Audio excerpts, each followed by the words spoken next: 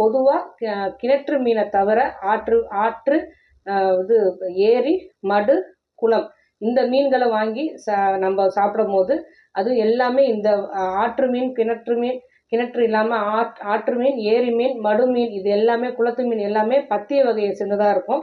அதனால குழந்தைகள்லேருந்து பெரியவங்கள்லேருந்து எல்லாருமே இதில் ஹை புரோட்டீன் உண்டு.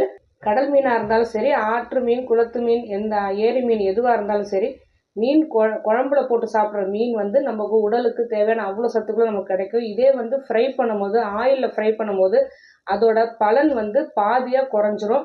ஏன்னா அது வேகிற பக்குவமே அது வேறு விதமாக இருக்கும். நிறைய ஆயில் வேற சேர்க்கறதால அது வந்து ஒரு சில மீன்கள் வந்து அதிகமான கொழுப்பு சத்து இருக்கிறதால அதில் வெடிக்கும். நீங்களே கவனித்து பார்க்கலாம்.